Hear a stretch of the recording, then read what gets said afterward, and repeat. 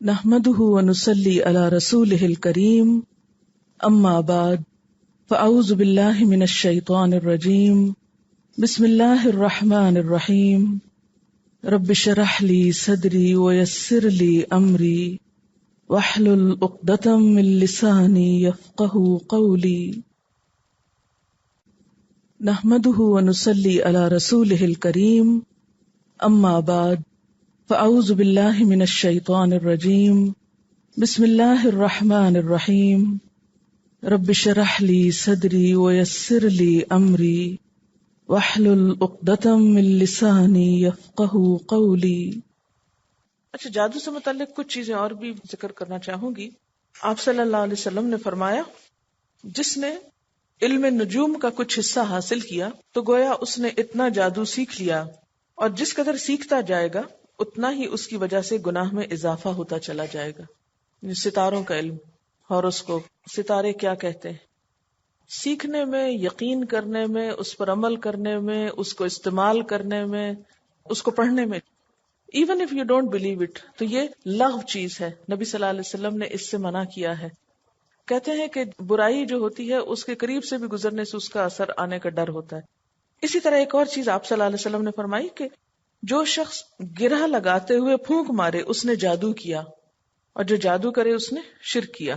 بعض اوقات لوگ کیا کرتے ہیں کہ کوئی کلام پڑھتے ہیں، پھر کیا کرتے ہیں، گرہ لگا کے اس میں پھونک مارتے ہیں، تو یہ جادو ہوتا ہے، ایسا بھی نہیں کرنا چاہیے۔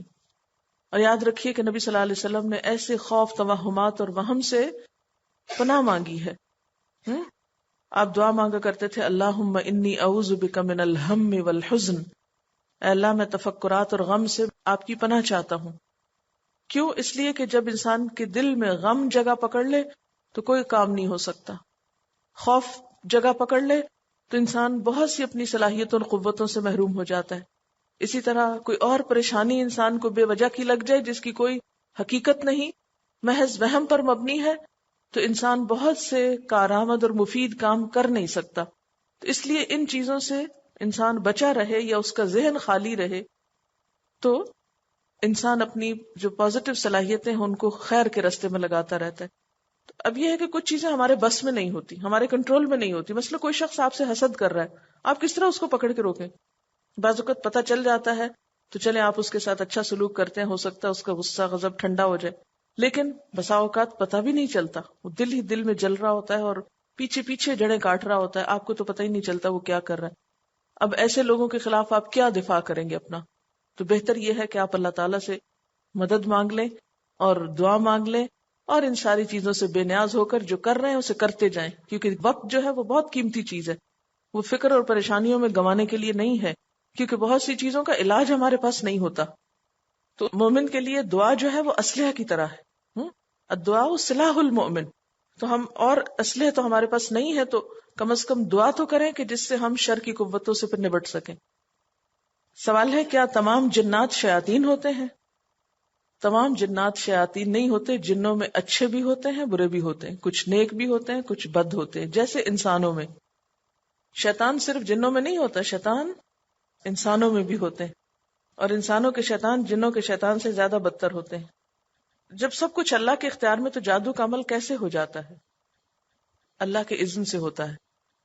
اللہ تعالیٰ نے دنیا میں خیر اور شر دونوں رکھے اور دونوں کو آزادی دی ہے نا، آزادی اچھا کرنے کی بھی اور برا کرنے کی بھی، تاکہ اچھے لوگوں کو اچھائی کا فائدہ ملے اور برے لوگوں کو ان کی برائی کی سزا ملے۔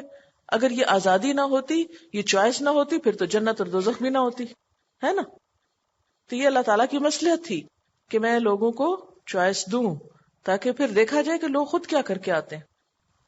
ترجمہ آیت نمبر 104 سے، یا ایھا الذین آمنوا، اے لوگو جو ایمان لائے ہو، لا تقولوا، نہ تم کہو، راعنا، راعنا، ہماری رعایت کیجئے، وقولوا، اور کہو، انظرنا، انظرنا، ہماری طرف نظر کیجئے، واسمعوا، اور سنا کرو، وللکافرین، اور کافروں کے لیے، عذاب، عذاب ہے، علیم دردناک. ما یود الذین نہیں چاہتے وہ لوگ کفروا جنہوں نے کفر کیا من اہل الکتاب اہل کتاب میں سے ولل مشرکین اور نہ مشرک ان کے ینزل نازل کی جائے علیکم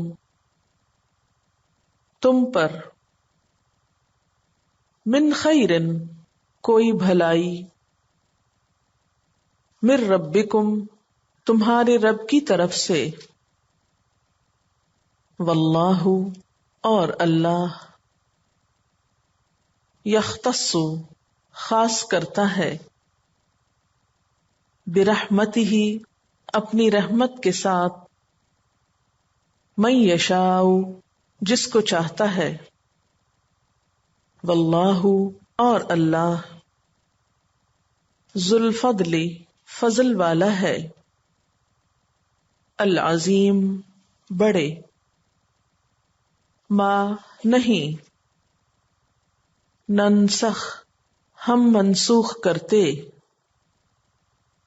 من آیتن کوئی آیت او یا ننسہا ہم بھلا دیتے اس کو نأتی ہم لے آتے ہیں بخیرن بہتر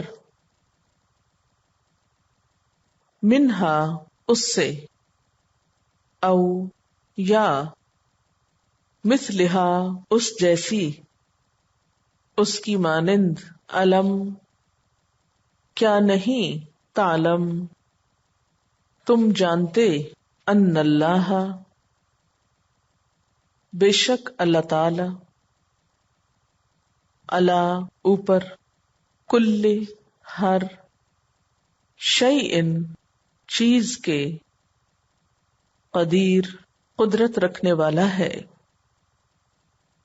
علم کیا نہیں تعلم تم جانتے ان اللہ بے شک اللہ تعالی لہو اس کے لیے ملک بادشاہت ہے السماواتی آسمانوں کی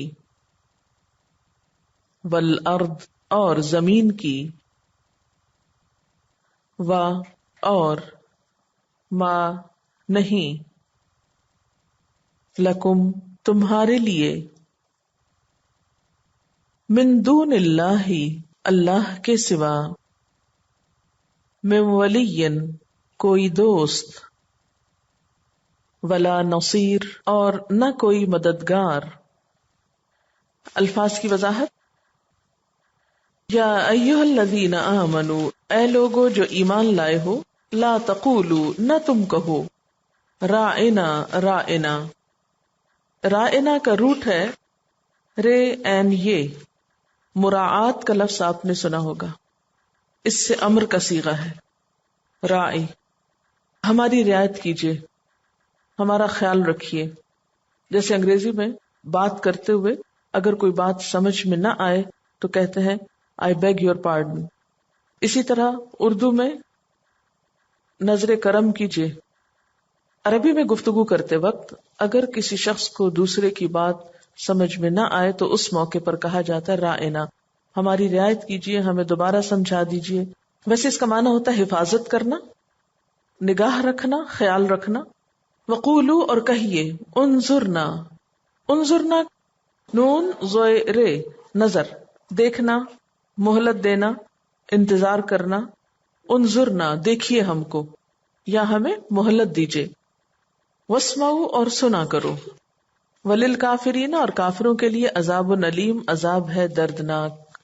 ما یود الذین کفروا نہیں چاہتے وہ لوگ جنہوں نے کفر کیا من اہل الکتاب اہل کتاب میں سے. یہ کون ہے اہل کتاب؟ یہود و نصارہ دونوں.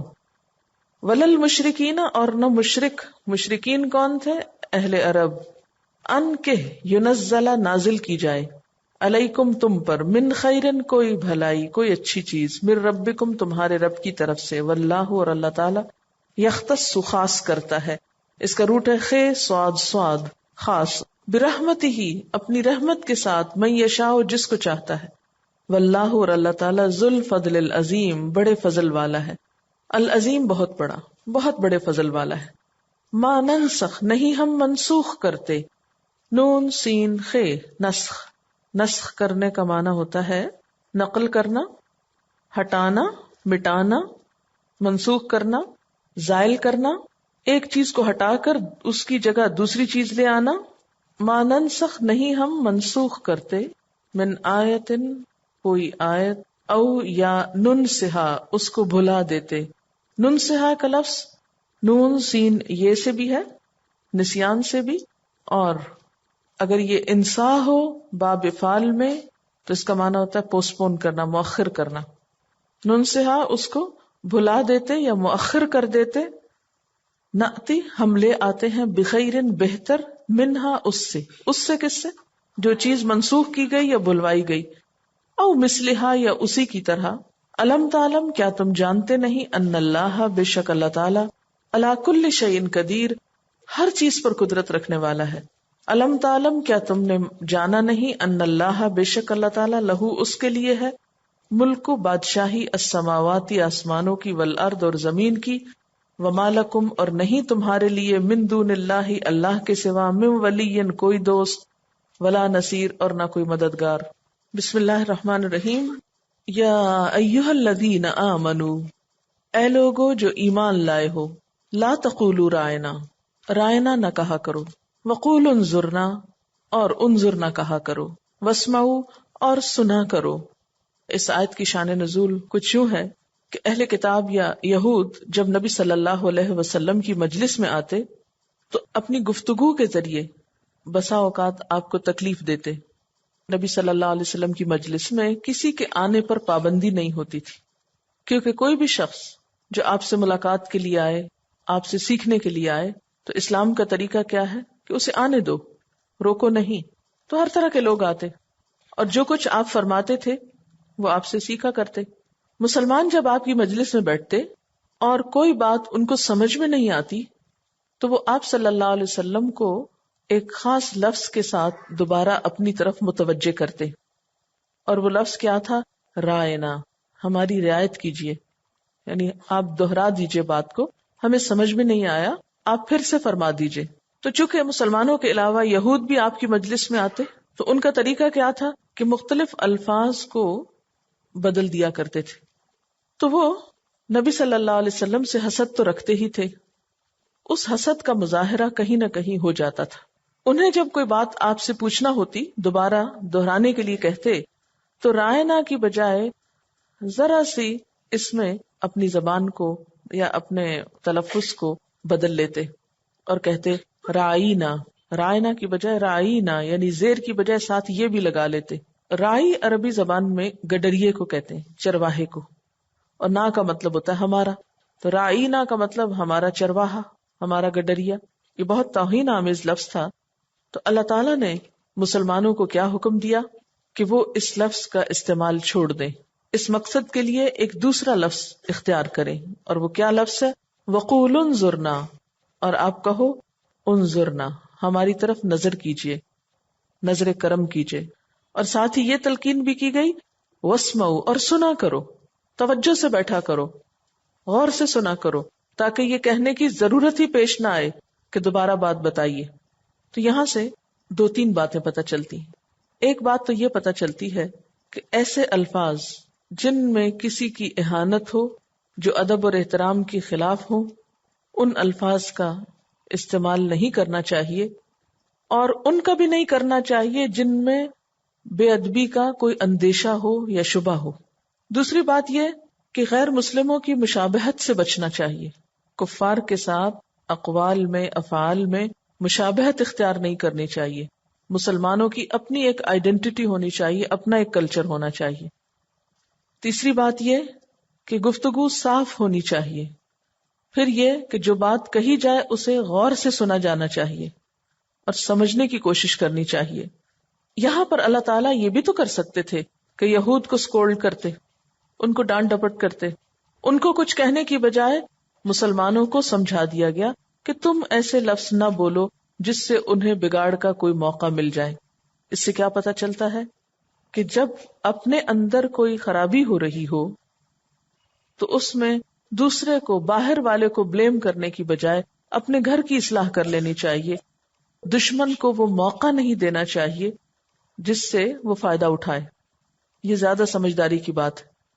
ہم عام طور پر کیا کرتے ہیں کہ جب ہمارے کسی مسلمان ملک میں یا انڈیویجول لیول پر بھی، جیسے کسی گھر میں کوئی جھگڑا ہوا، کوئی خرابی ہوئی، یا کسی بڑے لیول پر، تو عموماً ہم یہ نہیں دیکھتے کہ ہماری غلطی، ہماری کوتاہی، ہماری کمی کہاں ہے۔ ہم یہ دیکھتے ہیں دوسرے کیا کر رہے ہیں۔ مثلاً ہم کوئی غلط کام جب کرتے ہیں تو ہم کہتے ہیں یہ شیطان نے مجھ سے کرایا ہے۔ کبھی کسی انسان کو بلیم کریں گے، کبھی شیطان کو کریں گے، کبھی کسی اور کو کریں گے۔ کم ہی گوارا کریں گے یہ دیکھیں کہ مجھ سے کہاں بھول ہوئی، میرا قصور کیا ہے، میری غفلت کہاں ہے۔ تو یہاں بجائے اس کے کہ آپ صلی اللہ علیہ وسلم یہود کو کچھ کہتے، اللہ تعالیٰ نے مسلمانوں کو سمجھا دیا کہ تم اپنا طریقہ بدل لو تاکہ انہیں موقع ہی نہ دو۔ یہ زیادہ سمجھداری کی بات ہے۔ پھر فرمایا وَلِلْكَافِرِينَ عَذَابٌ أَلِيمٌ، اور کافروں کے لیے دردناک عذاب ہے۔ مَا يَوَدُّ الَّذِينَ كَفَرُوا مِنْ أَهْلِ الْكِتَابِ وَلَا الْمُشْرِكِينَ، نہیں چاہتے وہ لوگ جنہوں نے کفر کیا اہل کتاب میں سے ہو، وَلَا الْمُشْرِكِينَ، اور نہ مشرک چاہتے ہیں۔ کیا نہیں چاہتے؟ أَن يُنَزَّلَ عَلَيْكُم مِّن خَيْرٍ مِّن رَبِّكُم، کہ تمہارے اوپر تمہارے رب کی طرف سے کوئی بھی خیر نازل ہو۔ یعنی یہ تو تمہارے دشمن ہیں ہی۔ دشمن کب چاہتا ہے کہ تمہیں کوئی خیر یا بھلائی ملے؟ واللہ یختص برحمتہ من یشاء، اور اللہ اپنی رحمت کے ساتھ جسے چاہتا ہے خاص کر دیتا ہے۔ واللہ ذو الفضل العظیم، اور اللہ بڑے فضل والا ہے، اللہ فضل عظیم والا ہے۔ اس میں مسلمانوں کو کیا سمجھایا جا رہا ہے کہ تمہارے دشمن اور حاسد موجود ہیں، ان کو جگ ہنسائی کا موقع نہ دو۔ وہ تو پہلے ہی نہیں چاہتے تھے کہ تمہیں کچھ خیر ملے، کوئی نعمت ملے، لیکن اللہ تعالیٰ نے ان کے چاہنے نہ چاہنے پر فیصلہ نہیں کیا، بلکہ اپنی خاص رحمت کو جس کو چاہا نوازا۔ واللہ ذو الفضل العظیم، اور اللہ تعالیٰ تو بہت بڑے فضل والا ہے۔ پھر ایک اور اعتراض، ایک اور شبے کا جواب جو یہود مسلمانوں کے دلوں میں ڈالنے کی کوشش کرتے، اور وہ ایسا کیوں کرتے تھے؟ تاکہ مسلمانوں کے دل قرآن پاک سے بدظن ہو جائیں۔ آپ نے یہ تو پیچھے کئی دفعہ پڑھا ہے کہ قرآن پاک پچھلی کتابوں کی تصدیق کرتا ہے، پچھلی کتابوں میں جو کچھ آیا ہے ان کو ماننے کو کہتا ہے۔ لیکن اس کے ساتھ ساتھ یہ بات بھی یاد رکھیے کہ قرآن پاک میں کئی ایسے احکامات آئے ہیں جو اس سے پہلے تورات میں نہیں تھے، یا بعض احکامات میں تبدیلی کر دی گئی ہے۔ یہ چیز یہود کے لیے بہت ناگوار تھی۔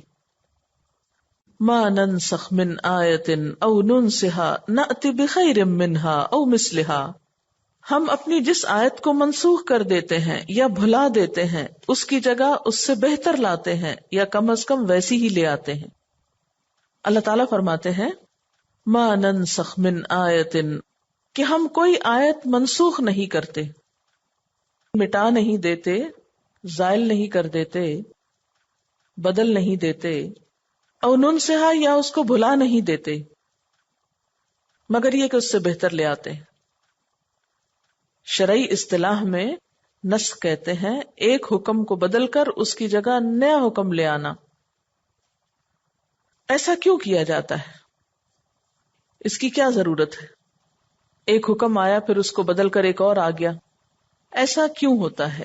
اس کی کئی ایک وجوہات ہو سکتی ہیں۔ بسا اوقات ایسا ہوتا ہے کہ ایک حکم ایک وقت کے لیے بہت مناسب ہوتا ہے، لیکن ہمیشہ کے لیے اس کی ضرورت نہیں ہوتی۔ جب حالات بدلتے ہیں تو بدلتے حالات کے ساتھ ایک نئی بات لے آئی جاتی ہے نئے طریقے سے، تو پہلی ہٹا کر اس کی جگہ ایک نئی بات لائی گئی۔ یعنی بدلتے حالات میں حکم بھی بدلنا پڑتا ہے۔ ایک صورت یہ ہوتی ہے کہ آئندہ بدلنے والے حالات کا علم تو ہوتا ہے، لیکن اس بات کو ابھی سے کہنا قبل از وقت ہوتا ہے. تو بسا اوقات ایک چیز معلوم ہوتی ہے کہ آئندہ ہونے والی ہے، لیکن اس کو ابھی سے کہنا قبل از وقت ہے.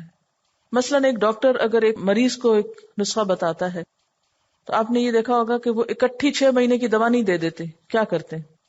پہلے 1 ہفتے کی دیتے ہیں، پھر 1 مہینے کی، پھر جب وہ دیکھتے ہیں کہ دوا سیٹ ہوگی تو پھر وہ زیادہ لمبے عرصے کے لیے دے دیتے ہیں. تو ڈاکٹر کو کیا پہلے نہیں پتا تھا؟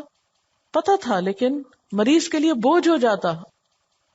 تو بسا اوقات نسخ جو ہے وہ سہولت کے لیے کیا جاتا ہے. اور یہ جو نسخ ہوتا ہے، یعنی ایک حکم کو بدل کر دوسرا حکم لے آنا، یہ ہر نبی کے ساتھ ہوتا رہا ہے. حدیث میں آتا ہے، مسلم کی روایت ہے، لم تکن نبوۃ قط الا تناسخت، کبھی کوئی نبوت نہیں آئی جس نے احکام میں نسخ اور رد و بدل نہ کیا ہو. یہ بالکل ایسے جیسے نئی حکومت آتی ہے تو آتے ہی کیا کرتے ہیں؟ سب سے پہلے بہت سے احکامات بدل دیتے ہیں کہ اب نیا دور ہے، نیا طریقہ ہے، نئی پالیسیز ہیں، نئے احکامات ہیں. تو اسی طرح وقت کے گزرنے کے ساتھ ساتھ اور نئے نبی آئے تو ان کے حالات کے مطابق کچھ نہ کچھ تبدیلیاں کی گئیں، اور ایسا کرنا ایک بالکل فطری عمل ہے. اس چیز کا علم جاننا بھی بہت ضروری ہے، اس کے بغیر قرآن پاک کی صحیح سمجھ بھی نہیں آتی. تفسیر قرطبی میں ایک واقعہ ہے کہ حضرت علی رضی اللہ تعالیٰ عنہ ایک دفعہ مسجد میں تشریف لائے تو کوئی آدمی واز کہہ رہا تھا. آپ نے لوگوں سے پوچھا کہ یہ کیا کرتا ہے؟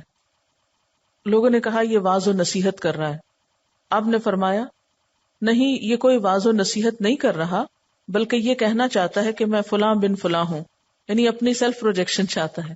تو اس کو پہچانو. پھر اس شخص کو بلا کر پوچھا کہ کیا تم قرآن پاک کے ناسخ و منسوخ کے احکامات جانتے ہو؟ اس نے کہا نہیں، میں نہیں جانتا. تو حضرت علی نے فرمایا کہ ہماری مسجد سے نکل جاؤ، آئندہ یہاں واز نہ کرنا. تو اس سے نسخ کی اہمیت پتہ چلتی ہے، یا اس علم کی کہ اگر کوئی شخص اس کے بارے میں جانتا نہیں تو وہ دین کو صحیح طور پر بیان نہیں کر سکتا. لیکن یہود نے کیا کیا کہ ایک فطری عمل کو اسلام کے خلاف کر کے پیش کیا. وہ مختلف طریقے اختیار کرتے تھے جس سے مسلمانوں کو اسلام سے متنفر کیا جا سکے، قرآن پاک کو مشکوک قرار دیا جائے. وہ کہتے کہ اگر قرآن پاک اللہ تعالیٰ کی طرف سے آیا ہے اور تورات بھی اللہ تعالیٰ کی طرف سے ہے تو پھر قرآن اور تورات کے احکام میں اختلاف کیوں ہے؟ جو باتیں پہلے ہمیں کہی گئی تھی اب ان میں تبدیلی کیوں کی جا رہی ہے؟ پھر اسی طرح ایک اور اعتراض یہ کرتے کہ قرآن پاک میں اگر ایک حکم نازل ہوا ہے تو پھر اس کی جگہ کوئی دوسرا حکم کیوں آ جاتا ہے؟ کیا اللہ تعالیٰ کو اس بات کا علم نہیں تھا کہ میں پہلے کیا دے چکا ہوں، اب دوبارہ کیا دے رہا ہوں؟ تو اس قسم کے اعتراضات تھے جو یہود کیا کرتے تھے. کیا کہ تورات کے بعد قرآن پاک کی ضرورت کیا ہے؟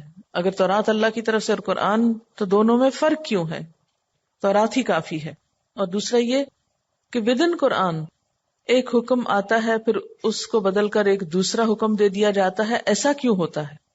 یہ باتیں وہ اس لیے کرتے تھے کہ مسلمانوں کے دل میں اپنی کتاب کے بارے میں شک و شبہ پیدا کر دیں، انہیں اپنی کتاب سے بددل کر دیں. تو اللہ تعالیٰ اس کا جواب دیتے ہوئے فرماتے ہیں، ما ننسخ من آیت، نہیں ہم منسوخ کرتے کوئی بھی آیت، او ننسہا، یا ہم اس کو بھلا دیتے، نأتی بخیر منہا، ہم اس سے بہتر لے آتے ہیں. ایسا کیوں کیا جاتا ہے کہ اس سے بہتر چیز دی جائے. او مثلہا، یا اسی کی طرح، اسی کی مانند، لیکن ایک ڈیفرنٹ سٹائل میں. الم تعلم، کیا تم جانتے نہیں ہو، ان اللہ علی کل شیء قدیر، کہ اللہ تعالیٰ تو ہر چیز پر قدرت رکھتا ہے، اس کے لیے کچھ بھی مشکل نہیں.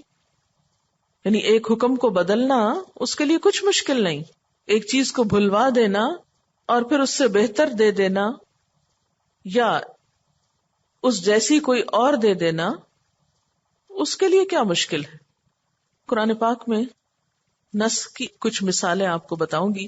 مثلاً یہ ہے کہ نسخ کی ایک قسم ہوتی تھی جس میں تدریج ہوتی تھی، گریجولی ایک چیز دی جاتی تھی. اس کی بہت بڑی مثال جو ہے وہ شراب کی ہے. شراب کی حرمت کا پہلا حکم سورۃ البقرہ میں آیا، آیت 219 میں، یسألونک عن الخمر والمیسر. اس وقت شراب کے بارے میں معمولی سی بات کی گئی، قل فیہما اسم کبیر ومنافع للناس، کہ ان دونوں میں گناہ بھی ہے اور لوگوں کے فائدے کی چیز بھی ہے. تو لوگ ٹھٹک گئے کہ ہاں یہ گناہ کی چیز ہے اس لیے اسے چھوڑ دینا چاہیے، لیکن قطعی حکم ابھی نہیں آیا تھا. تو دوسری دفعہ پھر حکم آیا سورۃ النساء کی آیت 43 میں، یا ایھا الذین آمنوا لا تقربوا الصلاۃ وانتم سکارى، اے لوگو جو ایمان لائے ہو نماز کے قریب نہ جاؤ جبکہ تم نشے کی حالت میں ہو. تو اس سے مزید ٹھٹکے لوگ کہ اچھا چلیں نماز کے اوقات یا ان کے قریب ہم نہیں پیتے. پھر ایک تیسرا حکم آیا اور مکمل طور پر اس کو حرام کر دیا گیا، اور وہ کیا تھی؟ یا ایھا الذین آمنوا انما الخمر والمیسر والانصاب والازلام رجس من عمل الشیطان فاجتنبوہ. یہ سورۃ المائدہ کی آیت 90 جس میں آتا ہے اے ایمان والو بے شک شراب اور جوا گندے شیطانی کام ہے، اس سے اجتناب کرو. اب پہلے نہیں کہا گیا فاجتنبوہ، صرف اتنا کہہ دیا گیا کہ ہاں اس میں گناہ کی بات ہے. پھر دوسرا حکم آیا تو کہا گیا کہ نہیں نماز کے قریب نہیں پیو. تیسرا حکم آیا تو کیا کہا گیا؟ اب اس سے رک جاؤ، کیونکہ سورۃ المائدہ کی آیت 91 کے آخر میں آتا ہے فَهَلْ أَنْتُمْ مُنْتَهُونَ، کیا تم رکنے والے ہو؟ رکو گے کہ نہیں؟ ٹھیک ہے. اسی طرح